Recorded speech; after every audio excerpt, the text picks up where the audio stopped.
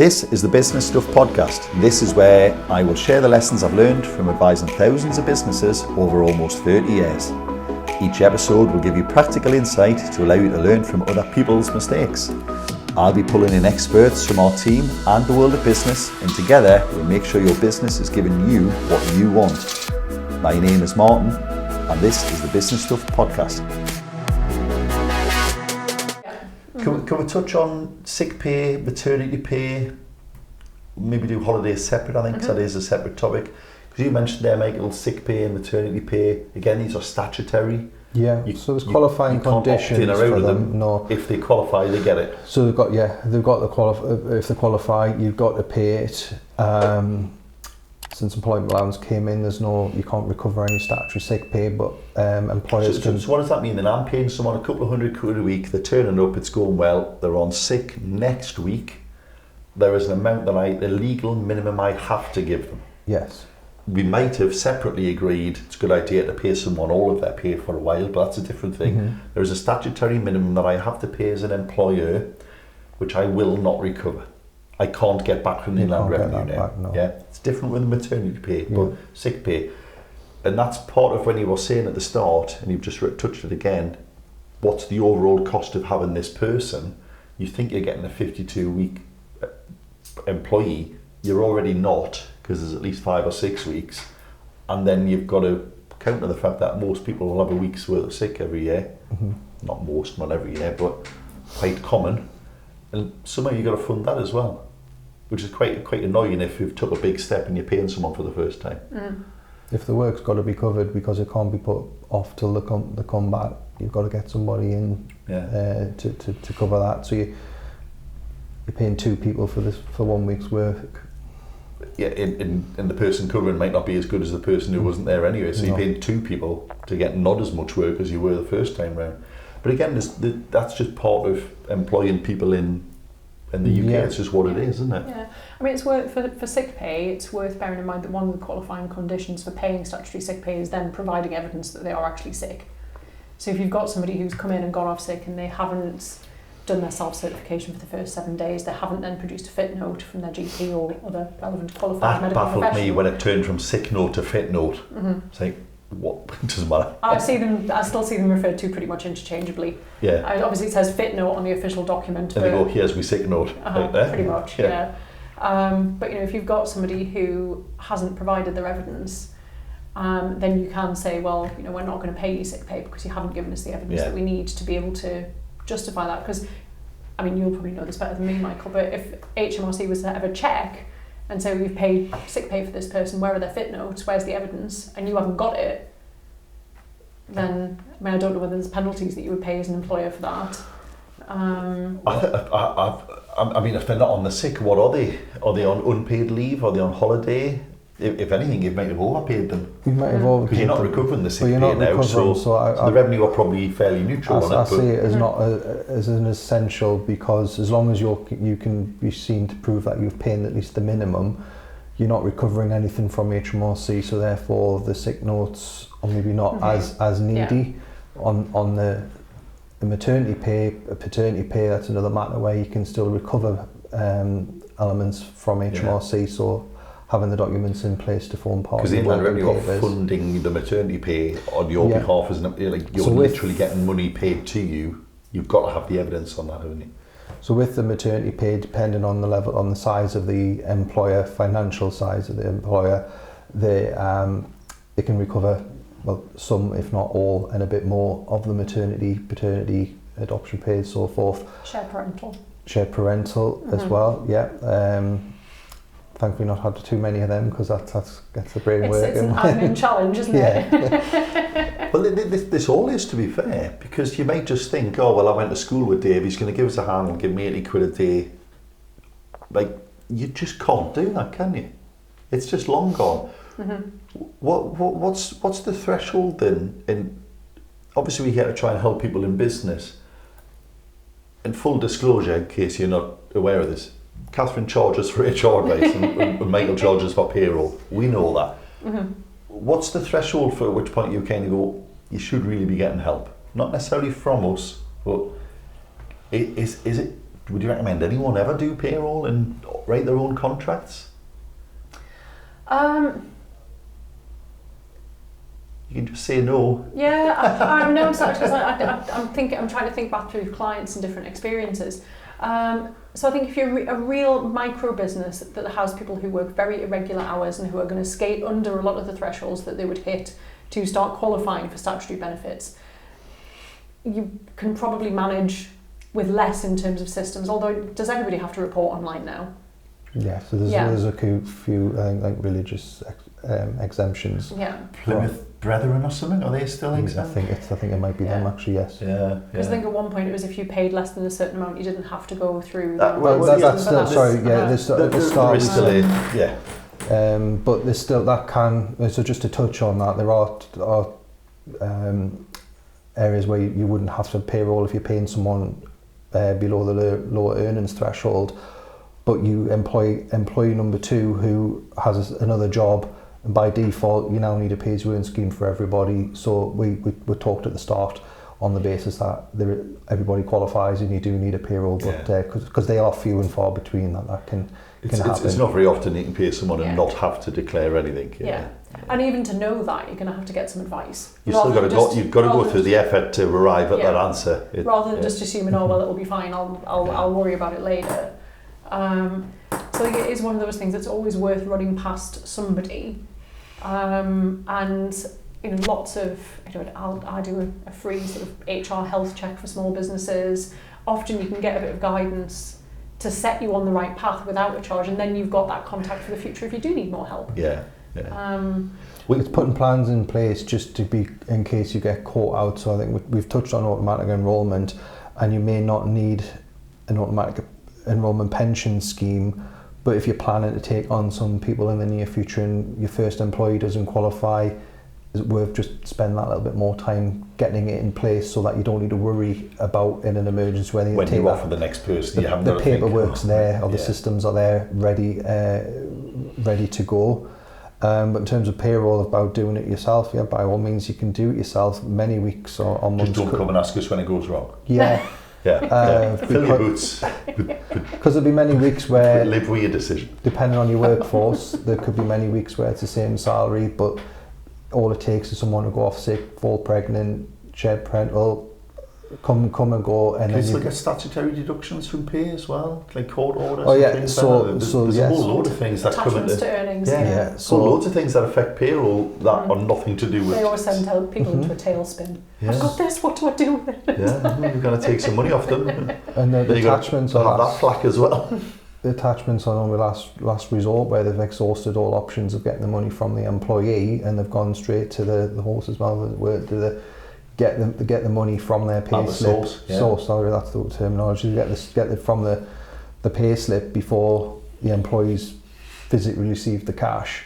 But if you don't operate that, that's more fines and penalties to the employer for not doing so. Because at that point, it's then the employer's responsibility, isn't it? So you're taking it's the employer's responsibility. So you go, Dave, don't worry, I won't do it, man. You're all right. But you're the one who's going to get caught. You're the one who's going to get the bill off the Inland Revenue, aren't you? And if the employee leaves, it's up to you to notify the court that they've left, they're not on your books anymore. So there's an awful lot of, it's not just paying someone for what they've worked, it's dealing with a lot of other deductions. There's more put onto payroll because of the amount of data that is held at source.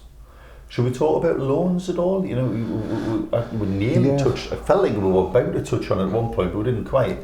Because you just mentioned there, if someone leaves, well, if they owe you money, you want that money back, don't you? Yeah. And is it just easier not to lend people money, or?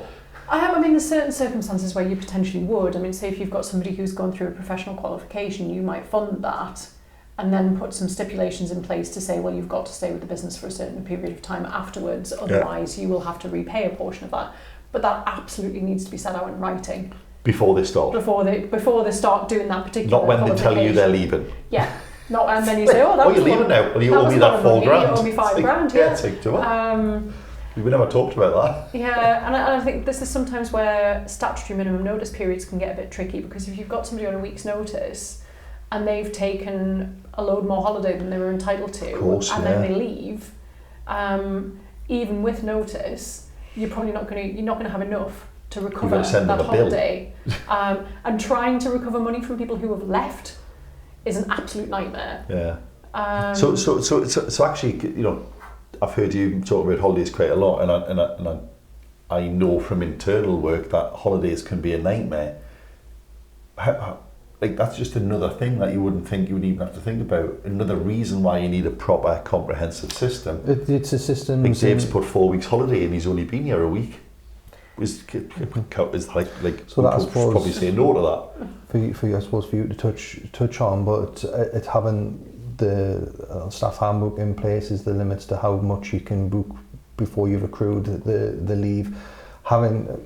But ultimately having the clauses in the contract that you can recover these overpayments, or planning and to think what the risk of they've had the 4 weeks straight away, or the standard they're noticing.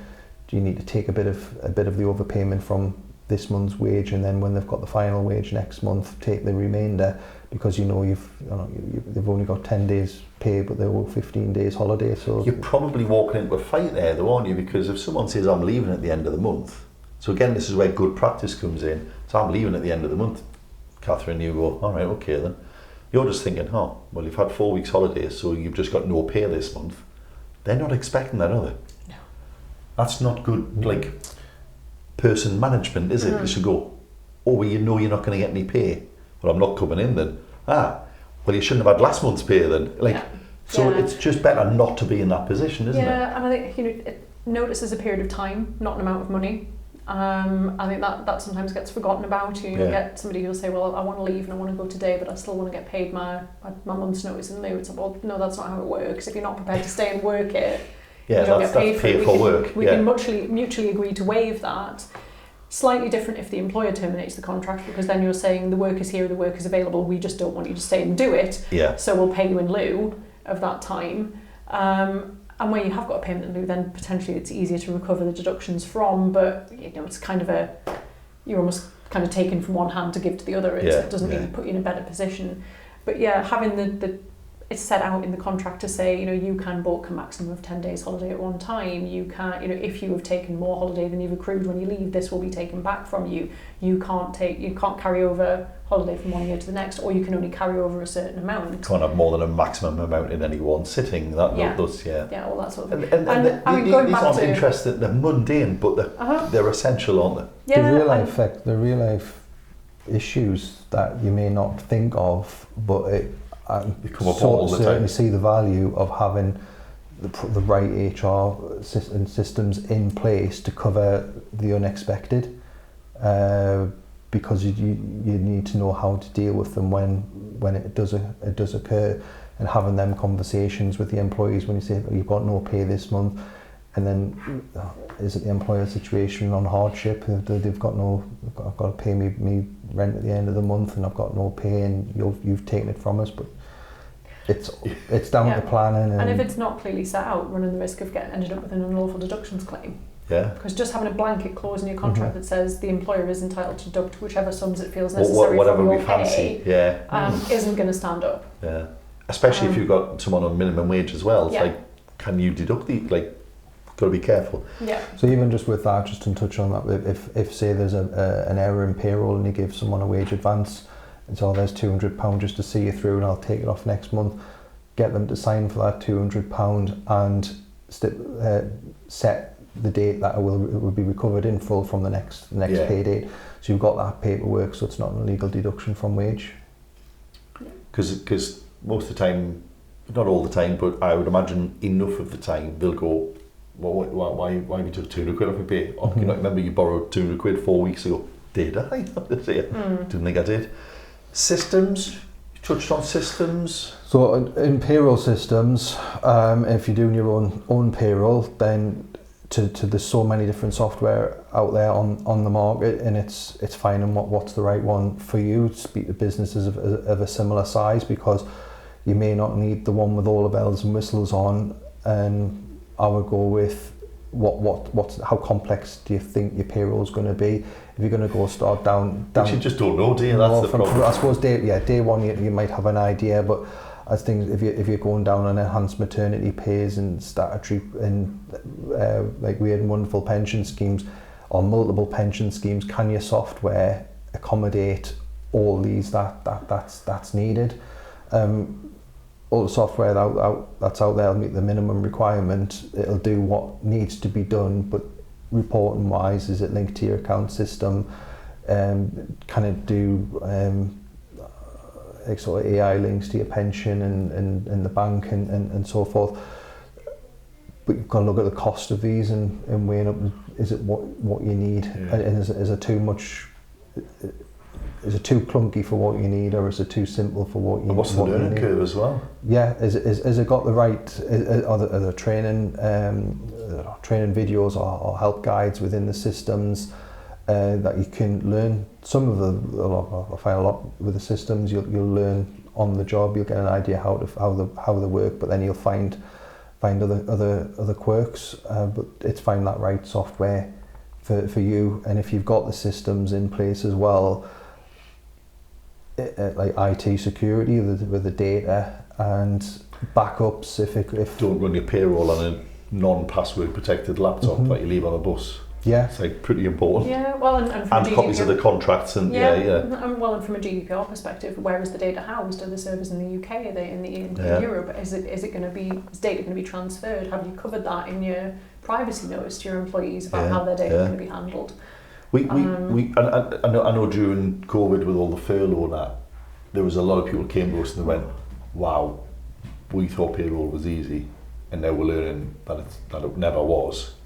And we found a lot of issues, I know, from employers who had been doing their own.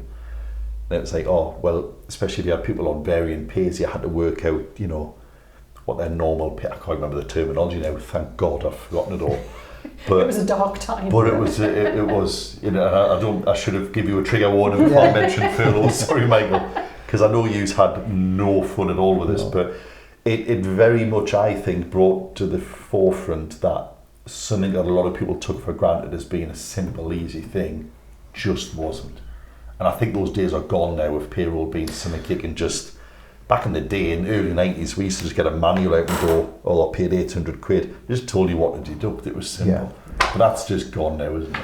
It's just like if we're offering advice, it's advice based on what we've experienced, and don't just continue doing something because you've always done it. You've got the times and legislation processes have changed. Picking your pay date, what's the right pay date for you? Most people would like to pay last Friday, last working day, but then you've got to think, I've got working backwards from that pay date. Payroll don't just press a button on the 31st and just magically calculates itself. You've got to work backwards for how long's your backs process? Is it same day? Is it 3 days? How many days does your payroll person need to process the wages? Is it too long because you've overcomplicated it, or you've got to take into account sickness emergencies? But then, what can happen in the time from when you're having your wage cut off to the backs for planning for, like when you mentioned the holidays and people leaving, last minute changes? What do you have a cut off and say, right, any overtime from this point is going to be paid next month? Any overtime after the 15th is paid the month after, because otherwise how the hell are you going to... Well, and if you shut for Christmas, are you going to run an earlier December payroll day? Do you need expenses in earlier in December? Do you want to, and then you've got the January 5-week month, so how do you make sure people are prepared? I always say to people as well, if you can do a weekly payroll or a monthly payroll, why would you opt to do something 52 times? You only have to do it 12. Well, first, if you're doing weekly... If nothing else, if you're paying us to do it, it's cheaper to pay for 12 than it is to pay for 52. Let's just be clear about that. We openly say that to clients. It is cheaper. If you're going to do weekly in arrears, do it yourself. In arrears, so that you're always reporting on fact. Yeah. Because you can't ring up and go, here's the overtime until 8 o'clock last night. Can you run the payroll today, please? That's not how the real world works. We're not sitting around waiting an hour before your payday just to it'd be nice if it was. Can you change it because he's done 2 hours, not 3 hours? He's amended his timesheet. Oh man, well that's next week now, sorry. But so keep it simple. What about systems on your end then, Kathryn? Well, again, I mean, there's loads of different HR admin systems you can choose from, different levels of complexity. I mean, I partner with Breathe, which I think is a really good system for. We use Breathe internally, and it's affordable. It's quite a flexible contract, and it has, it's got a rota module. So if you've got slightly more complicated staffing arrangements, you can reflect that within the system. You can make sure you've got timesheets, etc. But there are other systems out there that do it. I mean, the most important aspect for me in terms of systems is the GDPR compliance angle, because if you're just keeping your data on an Excel spreadsheet, it's not compliant. There's a huge risk that somebody might oversave it by accident, that something gets deleted. I was going to say, ignoring the fact you could lose it, I mean, it's got to be backed up somewhere externally. Yeah, and again, if you could make it so that people, if you can introduce an element of self-service so people can put their holiday requests in and the line manager can approve it, and you've got an easy audit trail of that, why would you do that instead of having a calendar on the wall and paper forms? Why would you have post-it notes of Dave asked for 2 weeks off in the end of July, and you forget to tell anyone, you lose the post-it note, and then you pay them and you forget that they've had holiday. Yeah. Because Dave's never going to volunteer that, is he? Yeah, and some payroll software includes a holiday element. I know Xero does. Yeah. You can include holiday requests and things within their payroll module. So again, it's just finding the right one for you that is going to make your life easier and give you the data that you need, and calculate it correctly. I mean, most of the time, if you work a 5-day week, holiday is pretty straightforward. But if you've got people that work variable hours, it gets more complicated. Because 0 hour contracts are still a thing. And well, how do you work out holiday when someone has no fixed hours? They still get holiday, don't they? There was a change in the law last year that says that every worker and employee is entitled to 5.6 weeks leave a year based on their average weekly working hours. And the reference period for average weekly working hours changed from 12 to 52. And you've got to discount any weeks when no work is done. Oh wow, so if someone works 30 out of 52 weeks and they do 15 hours in 30 weeks, their average is 15 hours, not 15 times 30 but ignore the 2 weeks. So you wouldn't if you did... That might have made no sense. Yeah, if you did 30, if you worked 15 hours for 30 weeks and then you had the other 22 weeks where you did no work at all... You ignore the 0 hours. You ignore the weeks your when holiday no work is based on the 15-hour weeks. Wow. Yeah, I mean, that's all under debate at the minute. It could change again, we don't know, but at the minute you've got to discount your weeks when no work is done. Yeah, and to be fair, I know 0 hour contracts get stick. They suit some people, they don't suit others. The reality is they suit a lot of businesses because they can't afford something. So we're not demonising, but if you can, it's easier. Just all of these things are complexities that if you can, you plan them out of the system. I know it sounds easy saying that, but... And what I would normally say to a business is if you have a rough idea of what their average weeks are going to be, tell them what you think their holiday is going to be on that basis. You're going to have to do some reconciliation. And I would say probably once a quarter to go back and check, have they actually worked the average hours? Have they worked more? Have they worked less? Do we need to adjust their holiday entitlement to reflect that? And does that just get paid then, Kathryn? Because if you're working 0 hours, it's not like you say, I want Tuesday off, because Tuesday isn't 8 hours, is it? Yeah. So could you just say, well, you've worked 15 hours a week, you've accrued a quarter of 5.6 days, I'll pay you for your day and a half, and just pay you for that, rather than them take holiday? I mean, how does it work? So, I mean, to phrase that in a slightly different way... Yeah, I mean, you can ask yourself a different question if you want. So, employers can, and have always been able to, stipulate when they want people to take leave. So what you do is you'd say, well, actually, instead of coming in for the next 2 weeks, I'm going to pay you, but don't come in. Or you could say, well, I'm going to stipulate that 2 days a month are classed as holiday, and you'll get paid for that, and then you never kind of run up a massive balance or go into debt. Or you haven't got that big balance. And provided you've given twice the period of notice of the amount of leave you want them to take, you're meeting the legal standard, you're doing it as required, they're probably going to be happy that they're getting a little bit more in their pay at the end of the month. Without having You're managing the risk of accruing or going under any holiday balances. But I would still say keep a track, do your reconciliations, make sure it's right. And there are some circumstances where 0 hours people, the right to still request holiday is there, and it depends how close to 0 they actually are. They might still want the last 2 weeks of July off. Yeah. Well, you cannot stop people from asking, can you? No. And one thing that quite surprised me, is it is the employer's kind of right to give permission for holiday and can also stipulate holiday, which I think a lot of workers have no idea about. Oh yeah, I mean it's a holiday request. Yeah. You know, you have your entitlement for the year, but when you ask to take it, it's a request. It's subject to the business needs, etc. Always subject to business needs, and the business can turn it down. They can ask you to take it another time. I mean, if it's been personally, I would be very annoyed if someone told me when to go on holiday, but I'm quite fortunate. I've never worked anywhere where that's the case, but that's the factory closed down, isn't it? Yeah, I was going to say Christmas Christmas. Yeah, so that's to be fair, we do that. Yeah. Well, but it's advertised well in advance. You know what's going to happen. Yeah, and that came up a lot during furlough actually, because it was one of the things that was really unclear initially was whether you could be furloughed and on holiday at the same time. Yeah. And I had a lot. Or a bit like maternity, do you have your furlough and then when you come back you've still got all your holidays? Well, and lots of clients did end up in that position because they didn't manage it. Yeah. And nobody wants to be told you are going to be classed as being on holiday for these 2 weeks. There's no work for you to do because you've been furloughed anyway, but we can't afford to let you accrue the balance. And you can't go anywhere. Other than your back garden. But have a good holiday. Have a good holiday. But, I mean, normally you can't be off for more than one reason at once. Yeah. So normally, you're either... You can't be sick on maternity and on holiday. No, I mean, if you've... Without going sort of off on a massive tangent, if you're on long-term sick and you've exhausted your statutory sick pay, an employer can say to the individual, would you like to use some of your holiday? Yeah. Because it's helping them out. Which actually is a gesture because they get full pay for those weeks instead of sick pay. It's managing the liability. It's not all evil dictators and but it's also managing the hardship situation. Yeah. I mean, the other important thing to bear in mind from a holiday perspective is people can't be worse off by taking leave. So if you've got people who get paid commission or do a lot of regular overtime, and that forms a standard part of their monthly pay, you need to factor it in for your holiday pay as well. Wow, okay. So, yeah, well, you have been very kind of cautious on this. I'm just going to say, don't do your own payroll.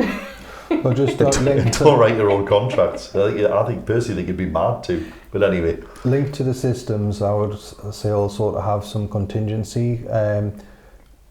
Payrolls, the deadlines are not going to change. You've got to be paid every week or every month. And if the person running the payroll is out of the business, someone's got to run the payroll. You can't have one person who's the linchpin, everything, And because pay needs to happen anyway, isn't it? It's having bare basic notes to know what the pay date is, login details for the HMRC, for the pension scheme, getting into the payroll, sort of an idiot's guide to how to run a basic payroll, so at least you can get your staff are paid, HMRC are off your back as well. But again, that's just like alarm bells going off in my mind for just commercial risk.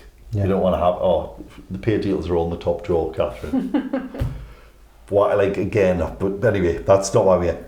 Listen, we've been on for a while. We might split this. I don't know what we'll do because we've been on a while. Can you each give us one thing that people are just getting wrong all the time? We normally finish the podcast by saying, what's the one thing that people are just always getting wrong on this? I think for us in payroll, it's the lack of quality in the data and assumptions from getting maybe start forms were not full names, or I didn't get their date of birth. Not telling us that they've had a pay change and waiting for the employee to get their pay slip and say, where's my pay? I forgot to tell you. It's getting why is my pay not going up? Nobody told me you were having a pay rise. It's like, So it's communication. It's the communication to the person that does your payroll that you've got everything you need to know. You've moved house, you've changed bank, you've got married. All this information needs to be passed to payroll to keep your records updated. And only then will your payslip be correct. Yeah, because if you get all that right, your payslip should be. It's a good system that largely works if you do it right. Isn't it? It can only be as good as the information that comes through to us. There's an old saying: shit in, shit out.